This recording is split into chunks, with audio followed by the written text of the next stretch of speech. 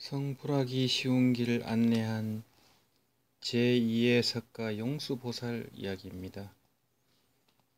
육지의 길에서 걸어가는 것은 힘들고 바다의 길에서 배를 타는 것은 즐거우니 보살의 길도 이와 같다.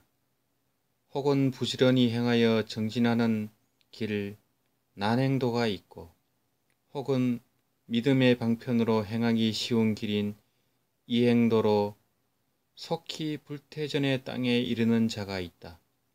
십주비바사론의 예계입니다. 십주비바사론은 대승불교권에서 제2의 석가로 추앙받는 용수보살의 저술입니다. 불교의 가르침을 자력 위주의 어려운 난행도와 불력 위주의 쉬운 이행도로 나누고 연불문을 열어 보인 근거로 삼게 된 논서입니다. 이 논서는 대승의 수행자가 걸어가는 보살도에서 믿음의 방편으로 행하기 쉬운 길을 말할 뿐 아니라 그 길을 연불이란 수행법을 통해 구체적으로 밝히고 있어 정토문을 열게 된 결정적인 근거가 되었습니다. 용수보살은 이 논서에서 만약 보살이 이 몸으로 불태전의 땅에 이르러 안욕따라 삼막 삼보리를 성취하고자 한다면 응당 시방의 모든 부처님의 명호를 불러야 한다면서 성불하기 위해 가장 빠르고 쉬운 방편인 연불수행을 적극 권장했던 것입니다. 용수보살은 부처님으로부터 의발을 전해받은 선종의 제14대 조사인 동시에 8종의 종주이기도 합니다. 특히 정토종에서는 처음으로 연불문을 개창한 창조로 존중하고 있습니다. 그는 부처님께서 열반하시고 약 600년에서 700년 후인 서기 2, 3세기에 남천축국에 태어나 부처님의 대승법을 세상에 널리 편 논사로서 대승불교의 아버지로도 불립니다. 특히 용수보살은 부처님께서 미리 예언까지 해놓으신 분이기도 합니다. 입능가경에서 부처님께서는 내가 열반한 후 미래세의 남천축국의 용수라는 자가 태어나서 나의 대승법을 세상에 널리 펴서 한이지 즉 보살 초지를 증득하여 왕생극락할 것이다 라고 말씀하신 바로 그분입니다. 이 예언에서 보듯이 용수보살은 윤회를 벗어난 깨달음의 세계인 극락정토와 무척 인연이 깊은 분임을 알 수 있습니다. 그러나 엄청난 저술에도 불구하고 용수보살의 일생에 대한 기록은 자세하지 않습니다.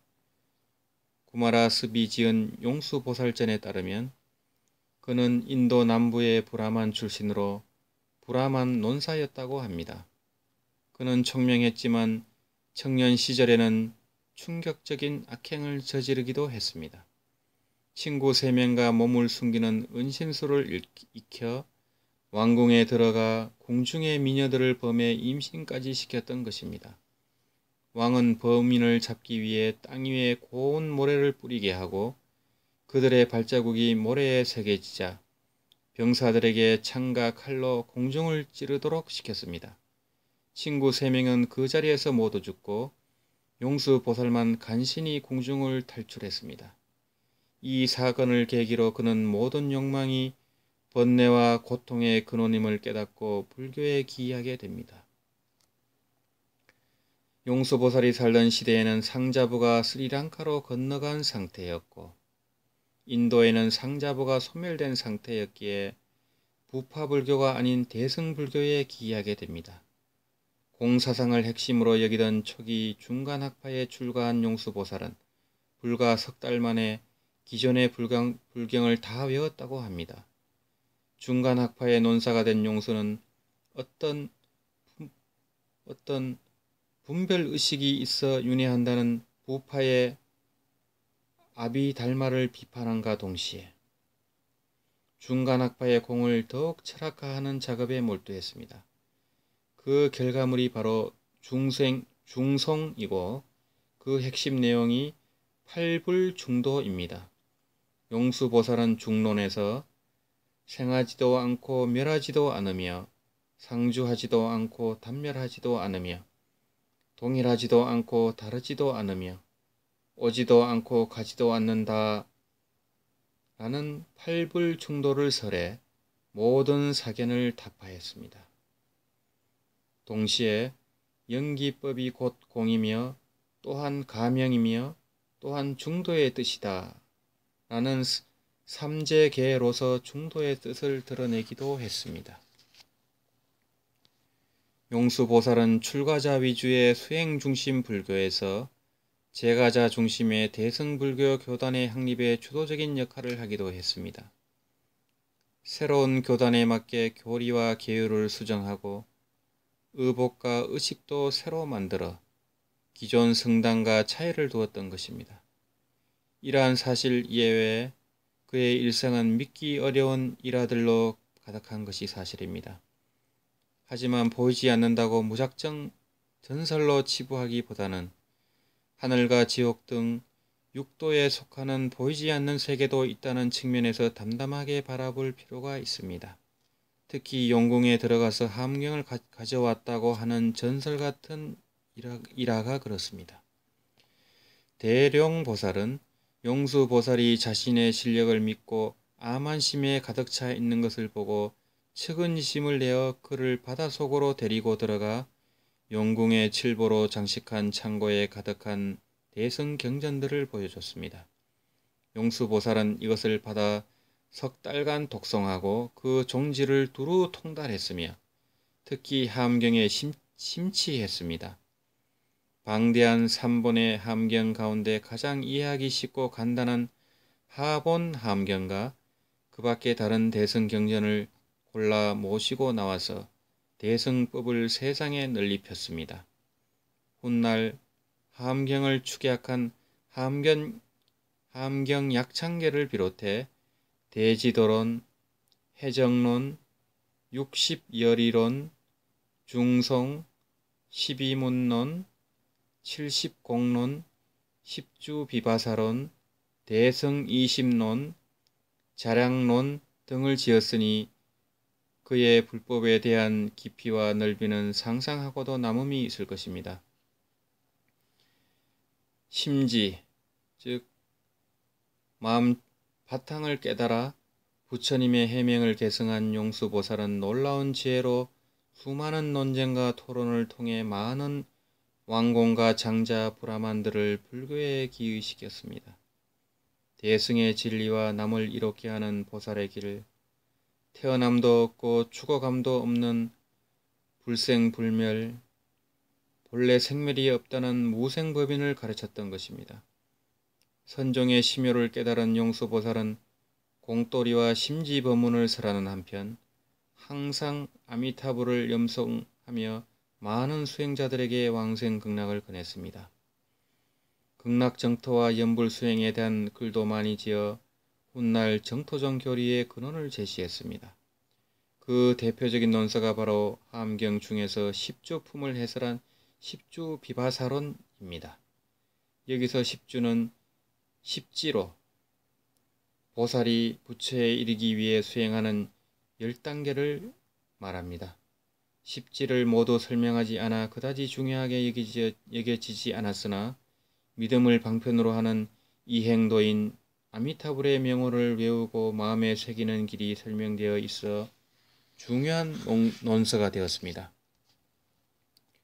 아울러 용수보살은 대지도론에서 연불산매는 능히 종종의 번뇌나 숙세 제업까지 다 제거한다며 연불산매의 힘을 강조하기도 했습니다.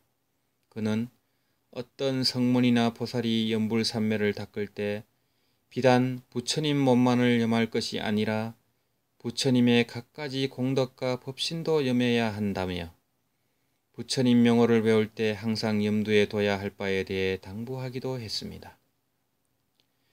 연불문의 초조로서 대승의 대표 논사로서 가장 방대한 논설을 남긴 저술가로서 대승불교의 초석을 다진 용수보살은 명성과는 달리 조용하게 일생을 해양하였습니다. 소승불교의 한 법사가 용수보살에게 앙심을 품고 있다는 사실을 안 그는 이 세상을 떠나려 할 때 그에게 물었습니다. 당신은 내가 이 세상에 오래 머물기를 바라는가? 진실로 원치 않습니다. 소승의 법사가 이렇게 말하자 용수보살은 조용한 방으로 들어가 며칠이 지나도 나오지 않았습니다. 제자들이 문을 부수고 들어가 보니 매미가 허물을 벗은 듯이 왕생한 상태였습니다. 그가 세상을 떠난 지 100여 년이 지나 남인도의 여러 나라에서는 용수보살을 위해 사당을 짓고 제2의 석가라 부르며 부처님과 같이 공경하며 섬겼습니다. 일심을 깨달아 선종의 조사가 되었으며 모든 경전의 종지를 밝게 통달해 팔종의 종주가 되어 보살의 칭호까지 받게 된 용수보살이 무슨 이유로 아미타불 연물 수행을 하고 왕생극락을 발언한 것일까요? 그것은 말할 것도 없이 구경성불과 속성불도를 위한 것이었습니다. 수행자들이 보살 7지 이상인 불태전지에 이르지 못하면 윤회하면서 전생에 닦은 대부분의 기억을 상실하기 때문에 이것을 격음의 미혹, 즉 격음지미라고 합니다. 용수보살은 일단 윤회를 벗어난 극락정토에 왕생할 것을 발언한 것입니다. 극락세계에서는 범부에서부터 성문, 영각, 보살에 이르기까지 연꽃에 하생하는 즉시 누구나 불태전지 보살이 되어 5가지 신통력을 갖추고 성불 공부를 하게 됩니다. 곧이어 아미타 부처님을 칭견하여 법문을 듣게 되면 신속히 무생법인을 증득하고 성불수기를 받을 수 있기에 일단 극락에 왕생할 것을 간절히 당부한 것입니다. 불경의 왕인 함경의 주연 배우인 문수보현보살과 선제동자가 연불수행으로 극락 왕생을 발언한 사실을 깊이 참고해 보십시오. 참선 수행자의 교과서인 능엄경에서 간샘보살과 대세지보살이 이건원통과 연불원통 법문으로 깨달은 법문을 다시 한번 사위해 보십시오. 제2의 석가께서 연불삼매를 추청한 까닭을 거듭 살펴보시고 발보리심 일양전념 아미타불 하시길 발언합니다. 나무 아미타불.